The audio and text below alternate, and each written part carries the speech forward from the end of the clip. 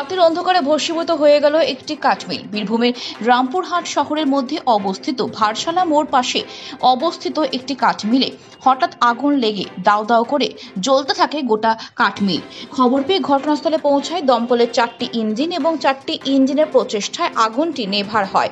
তবে কিভাবে এই আগুন লেগেছে তার তদন্ত শুরু করেছে রামপুরহাট থানা পুলিশ।